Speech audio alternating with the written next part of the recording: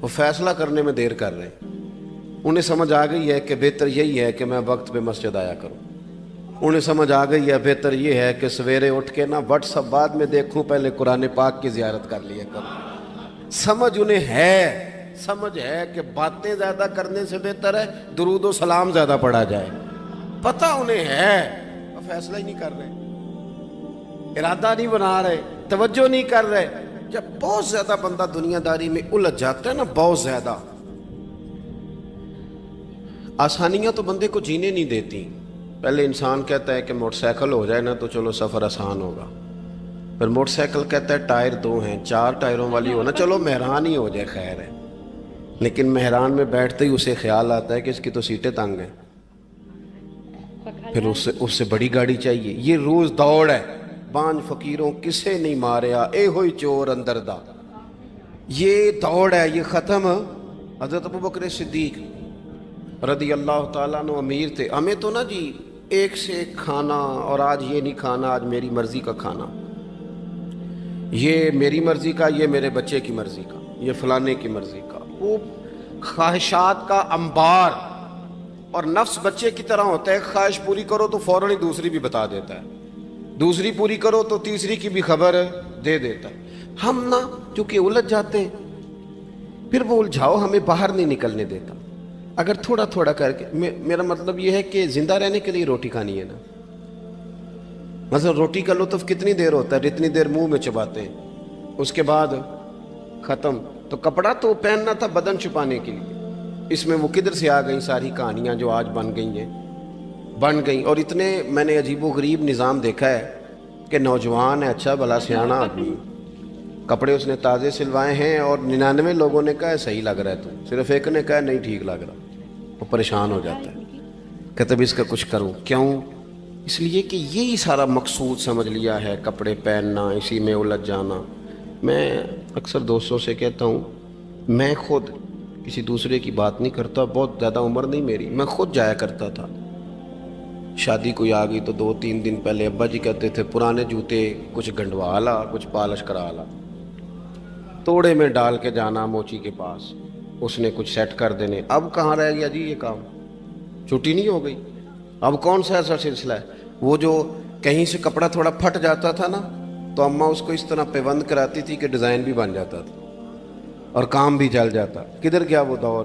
لیکن تکلیف دیکھ لیں آج پہلے سے زیادہ ہے, لڑائی پہلے سے زیادہ ہے, آزمائش پہلے سے زیادہ ہے. کیوں؟ جتنی بھی خواہشات آپ بڑھاتے جائیں گے نا, مقصد فوت ہوتا جائے گا. جتنی بھی مقصود سفر کرنا ہے, گاڑی دکھانا تو مقصود نہیں نا. لیکن ہمیں وہ والی گاڑی چاہیے کہ لوگ ایک دفعہ انگلی منہ میں ڈالیں کہ وہ اس گاڑی پہ بیٹھا ہوا ہے. ہم مقصد سے پیچھے ہٹیں گے جب پھر تکلیف میں آئیں گے, پھر آزمائش. زندگی میں ہم نے جو چیزیں مینج کی ہیں وہ ساری دوسروں کے لیے, ہمارے لیے کوئی شے بھی نہیں. ولیمے پہ گئے تاکہ برادری راضی ہو جائے, تعزیت کے لیے گئے تاکہ محلہ راضی ہو جائے, فلانا کام کیا تاکہ لوگ جو ہیں وہ میرے حق میں ہو جائیں. ساری زندگی دوسروں کے لیے جی کے گزار دی, اور آپ نے 99 نیکیاں کی, ایک خامی آئی تو لوگ تو وہ تھے جو پھر بگڑ گئے. بہتر نہیں بندہ رب کو ہی راضی کرے.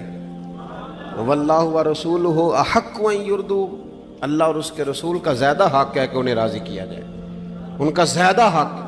اپنی زندگی میں معاملات کو ترتیب دیں, ایک مخصوص ذہن بنائیں, اتنا سویرے قرآن شریف پڑھنا ہے, اتنا درود پاک, اور یہ راز ہو ہمارا اور ہمارے رب کا, یہ راز ہو, اتنی دیر مصلی پہ بیٹھنا ہے.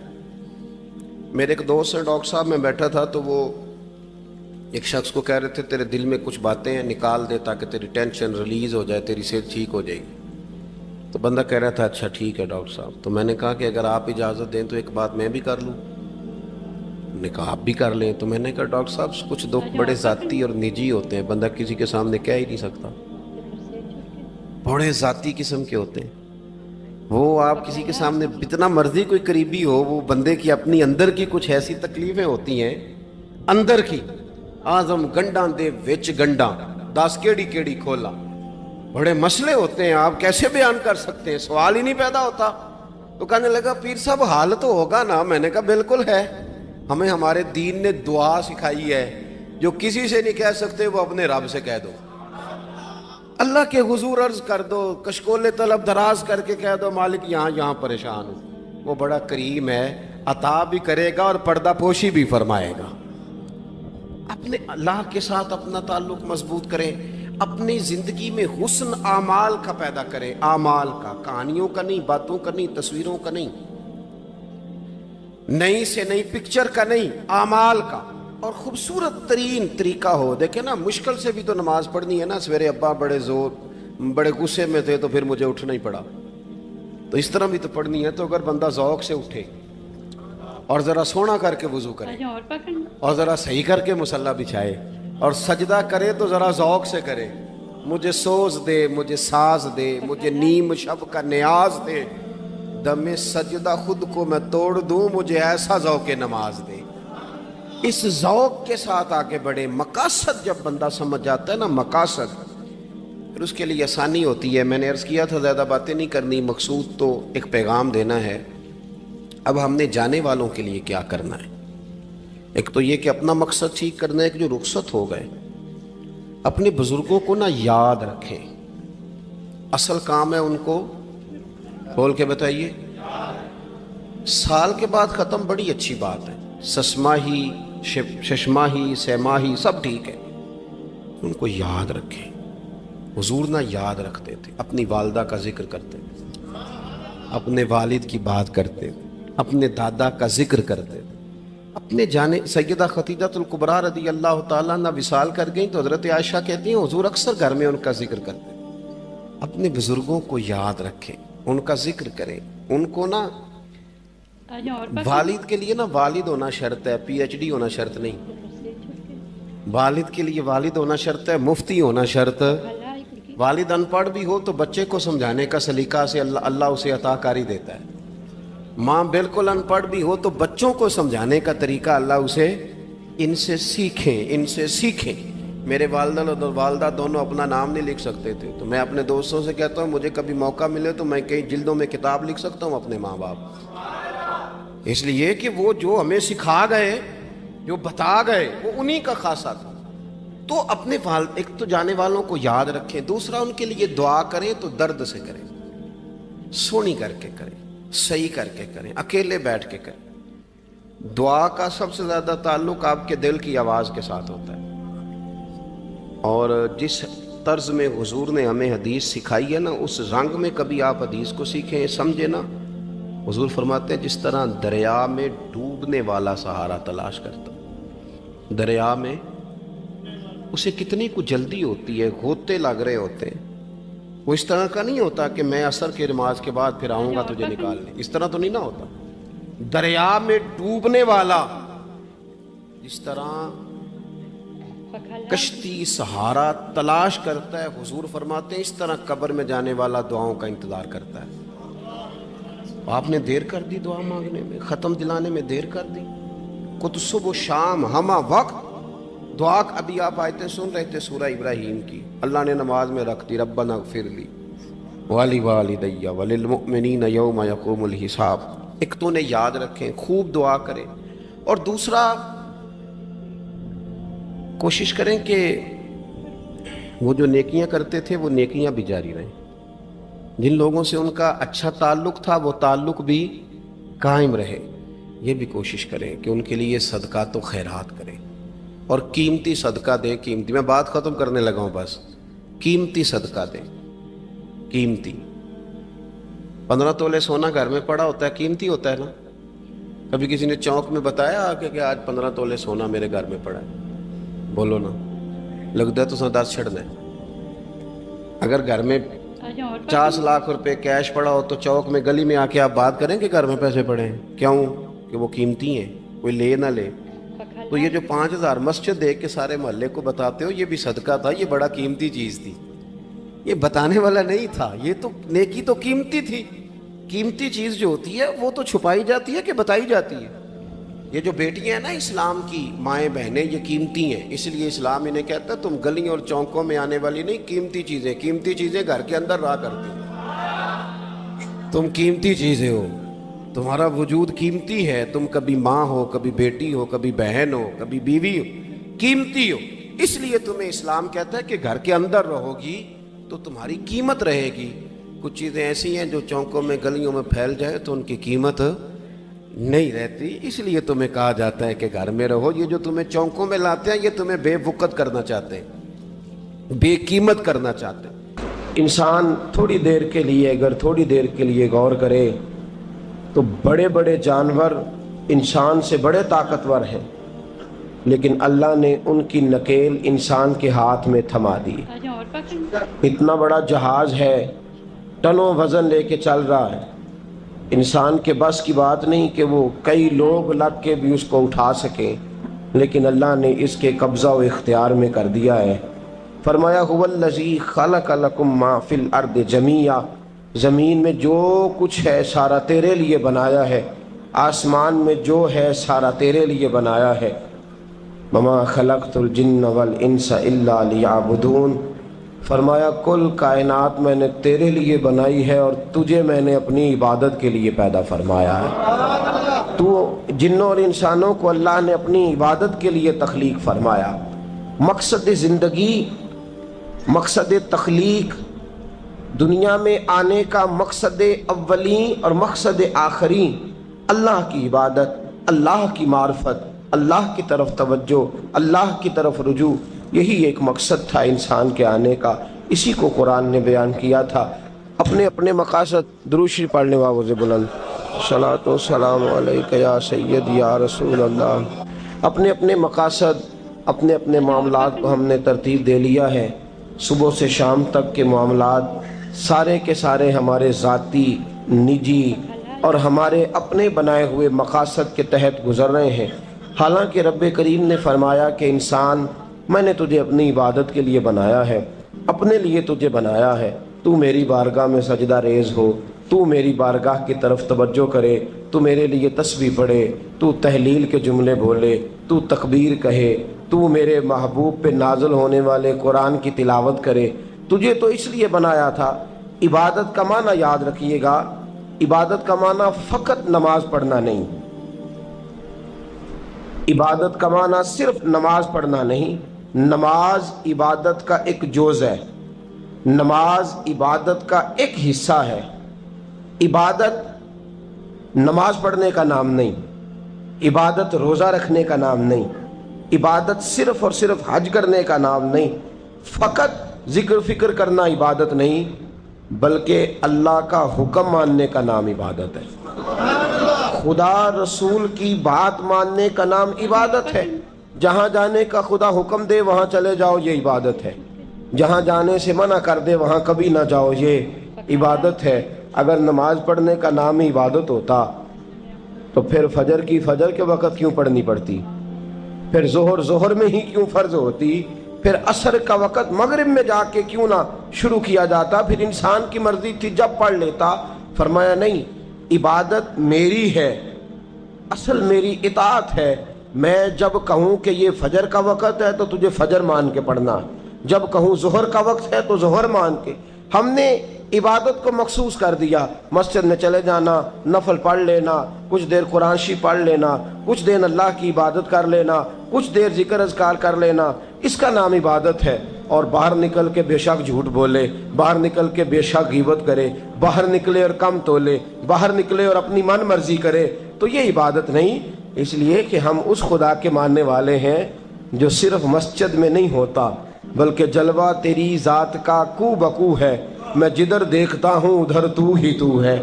ہمارا خدا صرف مسجد میں نہیں ہے, اللہ ہر جگہ ہے. جے میں تینوں اندر جانا پھر مقید جانا, جے میں تینوں باہر سمجھا اندر کون سمانا. اندر بھی تویں باہر بھی تویں, وچ بلا کون نمانا. اصل بات یہ ہے کہ جب خدا ہر جگہ ہے تو اللہ تبارک و تعالیٰ کا حکم ہر جگہ ماننا ہے, ہر جگہ اطاعت کرنی ہے, ہر لحاظ سے. رب کی بات ماننے کا نام عبادت ہے.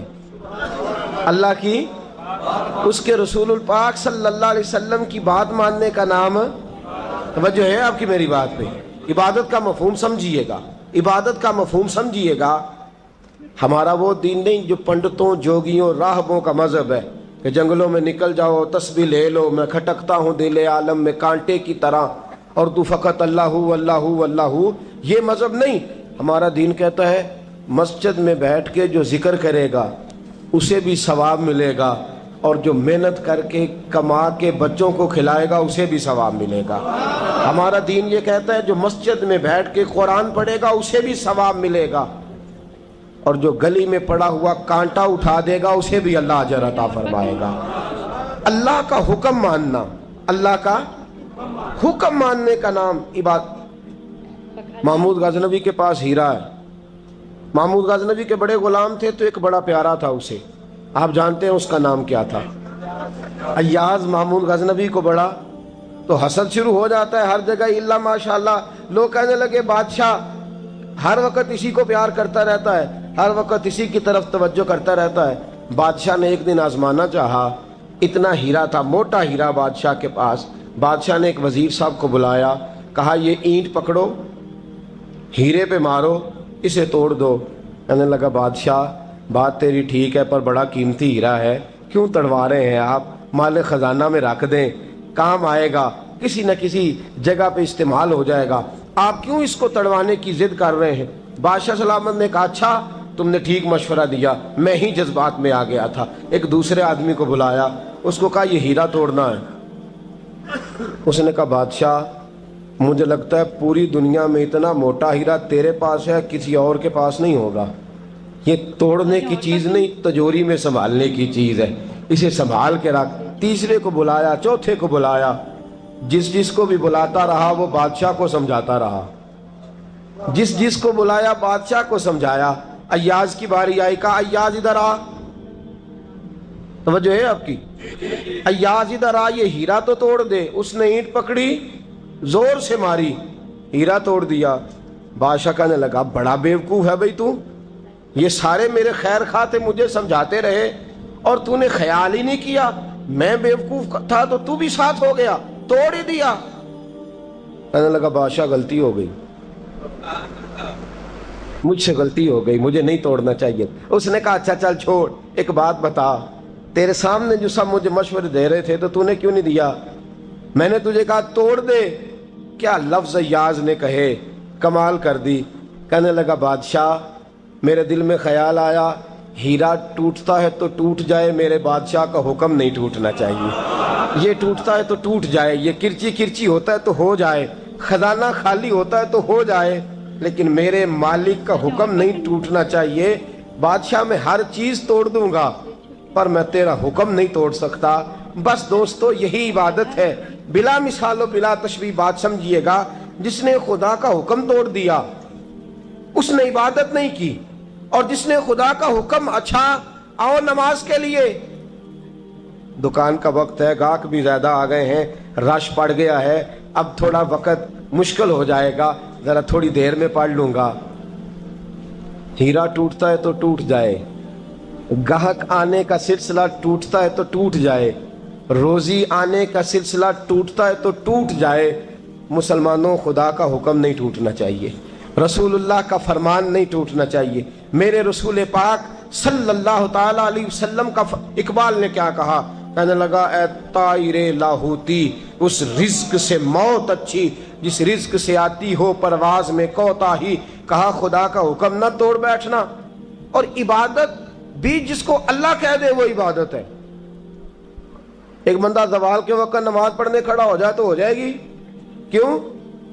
نماز نہیں پڑھ رہا؟ اچھا میں آپ کو روایت سناتا ہوں، شیر خدا مولا کائنات حضرت علی المرتضی رضی اللہ تعالیٰ عنہ فرماتے رسول پاک صلی اللہ علیہ وسلم نے ہمیں منع فرمایا جب عید الفطر کا دن ہو یا عید الاضحیٰ کا دن ہو تو تم نے کیا کرنا ہے؟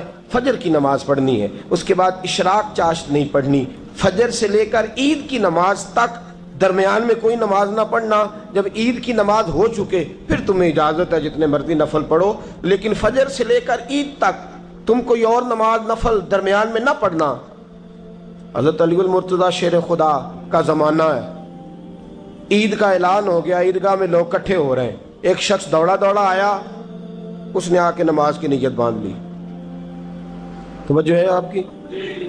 میں نے کہا عبادت ہے خدا کا حکم ماننے کا نام۔ حضرت علی رضی اللہ تعالیٰ عنہ نے نماز کے بعد اس شخص کو بلایا، فرمایا ادھر آ، تجھے نہیں پتا کہ جب تک عید کی نماز نہیں ہوتی کوئی اور نفل نہیں پڑھیں گے؟ کہنے لگا جی میں نے نماز ہی پڑھی ہے، کوئی جرم کیا ہے؟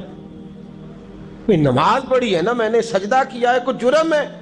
حضرت علی نے تلوار نکال لی، فرمایا جو مصطفیٰ کی سنت توڑ کے نفل بھی پڑھے گا میں اس کا بھی سر قلم کر دوں گا، جو رسول پاک کے حکم کے خلاف عبادت بھی کرے گا اس کو بھی قتل کر دیا جائے گا۔ توبہ کر۔ یاد رکھیے گا، عبادت خدا رسول کی بات ماننے کا نام ہے۔ آپ سویرے 8 بجے اٹھ کے کھڑے ہو جائیں کہ میں نے تو فجر پڑھنی ہے، فجر کا وقت 8 بجے نہیں ہوتا، وہ گزر گئی 4 بجے، 4:15 بجے ہو چکا۔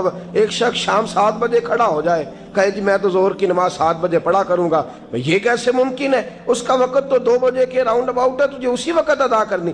یاد رکھیے گا عزیز ساتھیو، عبادت اللہ کا حکم ماننے کا نام ہے، لیکن عبادت کی بہت بڑی جو ایک رکن ہے، عبادت کا بہت بڑا جو ایک جز ہے وہ نماز پڑھنا ہے، بہت بڑا جز۔ حضرت محمد بن ابی بکر حضرت صدیق اکبر کے صاحبزادے رضی اللہ تعالیٰ عنہ کیا فرماتے ہیں؟ فرماتے ہیں مسلمانوں بڑے نصیبوں والے ہو، بڑے نصیبوں والے ہو، تمہیں تو اللہ کی بارگاہ میں جانے کے لیے اجازت ہی نہیں لینی پڑتی، اللہ نے تمہارے لیے دروازہ ہی کھول دیا ہے۔ جب دل کیا، وضو کیا، نماز کی نیت باندھی، اللہ کے دروازے کھل گئے، اور بغیر کسی ترجمان کے تم نے اپنے رب سے بات کرنی شروع کر دی۔ عبادت ایسی نعمت ہے، اللہ کی بارگاہ میں کھڑے ہونا، سجدہ کرنا اتنی بڑی فضیلت کی بات ہے۔ یہ حدیث میرا خیال ہے آپ کو کبھی بھولنی نہیں چاہیے۔ سید عالم نور مجسم شفیع معظم صلی اللہ علیہ وسلم نے فرمایا، بتاؤ اگر کوئی کسی کے گھر مہمان جائے تو میزبان اس کے ساتھ کیا سلوک کرے گا؟ تو صحابہ کہنے لگا یا رسول اللہ جتنا میزبان اچھا ہوگا اتنا ہی اچھا سلوک کرے گا، جتنا وہ اعلیٰ ہوگا اتنا ہی اعلیٰ سلوک کرے گا، جتنا وہ عرفہ ہوگا اتنی ہی اس کی بات بھی بڑی ہوگی۔ نبی پاک صلی اللہ علیہ وسلم نے فرمایا جو مسجد جاتا ہے وہ اللہ کا مہمان ہے، جو مسجد جاتا ہے وہ اللہ کا مہمان ہے۔ فرمایا میزبان کے ذمے ہے کہ مہمان کے اوپر رحمت کرے، کرم کرے۔ فرمایا جب تو مسجد جاتا ہے تو خدا بھی رحمتوں کے دروازے کھول دیتا ہے، اللہ تیرے لیے فضل کے دروازے کھول دیتا ہے۔ نبی پاک صلی اللہ تعالی علیہ وسلم نے فرمایا جب تو اپنے گھر سے مسجد جانے کے لیے ابھی نکلتا ہے، ابھی تو گیا نہیں، ابھی تو نکلا ہے، فرمایا تو نے سیدھا پیر اٹھایا ہے تو تیرا ایک درجہ بلند ہو گیا ہے، تو نے الٹا قدم اٹھایا ہے تو تیرا ایک گناہ معاف ہو گیا ہے، پھر تو نے سیدھا قدم اٹھایا ہے تو تیرا ایک درجہ بلند ہو گیا۔ اپنی اپنی طبیعت ہے نا۔ حضور نے حدیث سنائی، حضرت سیدنا اسید بن حضیر رضی اللہ تعالیٰ عنہ دیہاتی آدمی تھے، مسجد نبوی سے دور گھر تھا، مسجد آنے جانے کے لیے گدھا رکھا ہوا تھا، گدھے پہ بیٹھ کے مسجد آتے تھے، نماز پڑھ کے اسی پہ بیٹھ کے لوٹ جاتے تھے۔ جس دن حضور نے فرمایا نا ایک قدم پہ ایک گناہ معاف ہوتا ہے، ایک قدم پہ ایک نیکی ملتی ہے، گدھا گھاری چھوڑا ہے۔ صحابہ کہنے لگے یار دور کا تیرا سفر ہے، تم آرام سے گدھے پہ آ جا۔ کہنے لگے کیوں؟ میں کیوں گدھے پہ آؤں؟ میں تو روز پیدل آؤں گا، تم سب کے تھوڑے تھوڑے گناہ معاف ہوں گے، تھوڑے تھوڑے درجے بلند ہوں گے۔ میں نے چونکہ دور سے آنا ہے، اللہ میرے زیادہ گناہ معاف فرمائے گا، میرے زیادہ درجے بلند فرمائے گا، میرے اوپر زیادہ کرم نوازی فرمائے گا۔ جو مسجد کی طرف چل کے آیا ایک ایک قدم پر اللہ اس کے درجے بلند کرے گا، ایک ایک قدم پہ اللہ اس کے گناہ معاف کرے گا۔ نبی پاک صلی اللہ تعالی وسلم کی اپنی سنت کیا ہے؟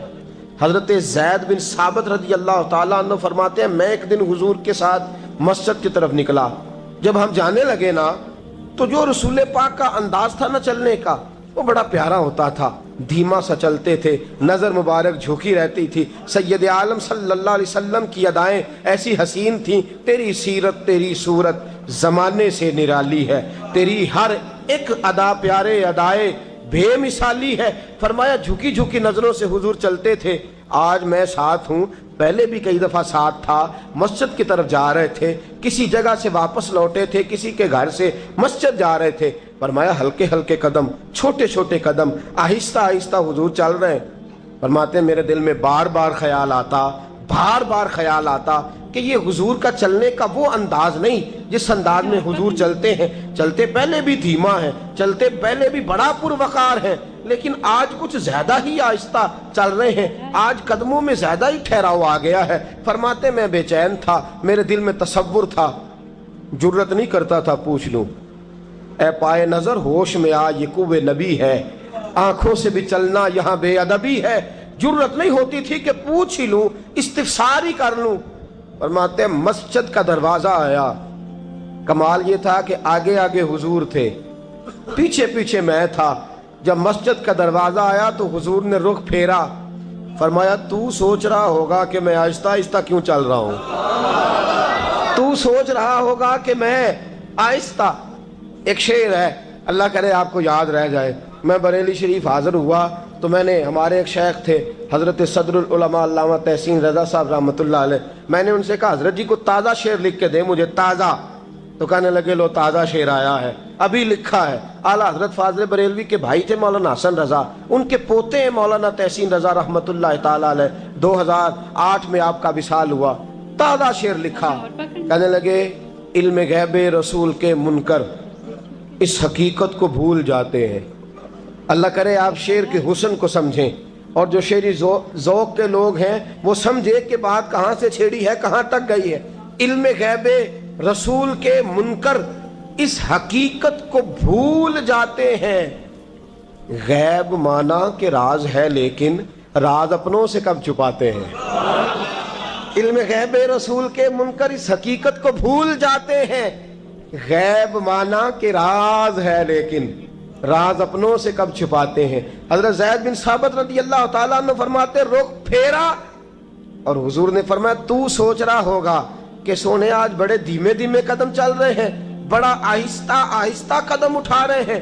حضور نے فرمایا جو مسجد کی طرف چل کے جاتا ہے اللہ کی رحمت آگے بڑھ کے اس کا استقبال کرتی ہے، اور فرمایا جتنے قدم زیادہ ہوتے ہیں اتنے درجے بھی زیادہ بلند ہوتے ہیں۔ میں اس لیے آہستہ آہستہ آیا ہوں کہ اللہ میرے زیادہ درجے بلند فرما دے، اس لیے آیا ہوں کہ زیادہ درجے۔ مسجد میں اس لیے آہستہ، عبادت کی فضیلت دیکھیں، گھر سے بندہ چلے، ابھی پتہ نہیں مسجد میں وضو کرنا ہے اس نے، ابھی پتہ نہیں 2 رکعتیں پڑھے گا کہ 4 پڑھے گا۔ فرمایا عبادت کے لیے نکل بھی پڑے تو اللہ اس کے درجے بلند کرنے شروع فرما دیتا ہے۔ درجے بلند ہونے شروع ہو گئے۔ بنو سلمہ قبیلہ ہے، محلہ ہے، بنو قریظہ یہودیوں کا محلہ تھا، اس کے بعد بنو سلمہ مسلمانوں کا محلہ تھا، اور تقریباً آج کے حساب سے 1.5-2 کلومیٹر کا فاصلہ تھا مسجد نبوی سے۔ پیدل چل کے آتے تھے لوگ، کتنے کلومیٹر؟ پیدل چل کے آتے تھے، وہاں سے پیدل آتے تھے نماز پڑھنے۔ مسجد نبوی کے ساتھ یہودیوں کے مکان تھے، انہوں نے وہ جگہ خالی کر دی۔ بنو سلمہ قبیلے کے لوگوں نے چاہا کہ ہم جگہ کو خرید لیں۔ نبی کریم علیہ السلام کو پتہ چلا، حضور نے بلایا، فرمایا مجھے پتہ چلا ہے تم مسجد کے قریب آنے لگے ہو، ویسے ایک بات میرے دل میں ہے، میرا دل کرتا ہے کر دوں۔ صحابہ مسجد کے قریب رہنا پسند کرتے تھے، اور آج کل جی اے مولوی سون نہیں دیں دے۔ یقین کریں مسجد کے دائیں بائیں آگے پیچھے جو گھرانے ہوتے ہیں وہ کہتے ہیں جی ہم بڑے پریشان ہیں، یہ تو ہمیں سونے نہیں دیتے۔ صحابہ قریب رہنا، آپ دیکھیں نا نبی کریم علیہ السلام کا گھر دروازہ مسجد میں کھلتا ہے، حضرت صدیق اکبر کا گھر دروازہ مسجد میں کھلتا ہے، سیدہ فاطمہ جناب علی کا آستانہ دروازہ مسجد میں کھلتا ہے۔ صحابہ مسجد کے قریب رہنا پسند کرتے تھے۔ بنو سلمہ قبیلے کے لوگوں نے چاہا ہم بھی قریب آ جائیں، حضور نے بلایا، فرمایا مجھے پتہ چلا ہے تم مسجد کے قریب آنا چاہتے ہو، یا رسول اللہ دور سے چل کے آنا پڑتا ہے، ارادہ ہے قریب آ جائیں۔ حضور نے فرمایا دور ہی رہو، تم اس طرح کرو دور ہی رہو۔ کہا یا رسول اللہ کیا مطلب؟ فرمایا فرشتے جب بھی نیکیاں لکھتے ہیں عبادت کی، ابھی تک تمہارا پہلا نمبر ہے، ابھی تک تمہارا پہلا نمبر ہے۔ یا رسول اللہ کیا مطلب؟ فرمایا اس لیے کہ تم دور سے چل کے آتے ہو تو اللہ تمہیں زیادہ اجر عطا فرماتا ہے۔ آخر دعوانا ان الحمدللہ رب العالمین۔ اللہم صل علی سیدنا و مولانا محمد۔ اللهم صل على سیدنا و مولانا محمد اللہ کے شیر حیدر کرار پر درود اللہ کے شیر حیدر کرار پر درود اللہ کے شیر حیدر کرار پر درود حضرت حسن حسین کے کردار پر درود اللہم صلی علی سیدنا و مولانا محمد وعلی سیدنا علی و سیدتنا فاطمہ و سیدتنا زینب و سیدنا حسن و سیدنا حسین وعلی آلہ و صحبہ و بارک وسلم زینب کی بارگاہ میں پکھلا کڑکی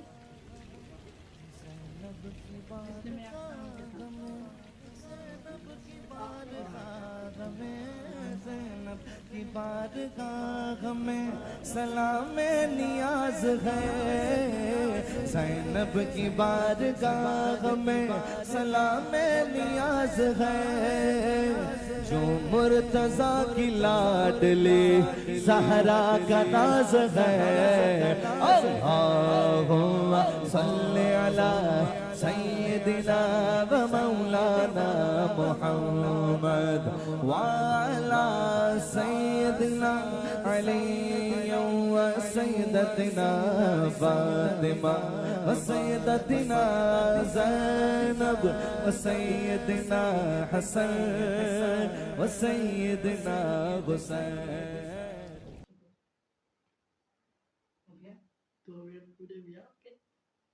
ابھی 1 منٹ ہوا 30 سیکنڈ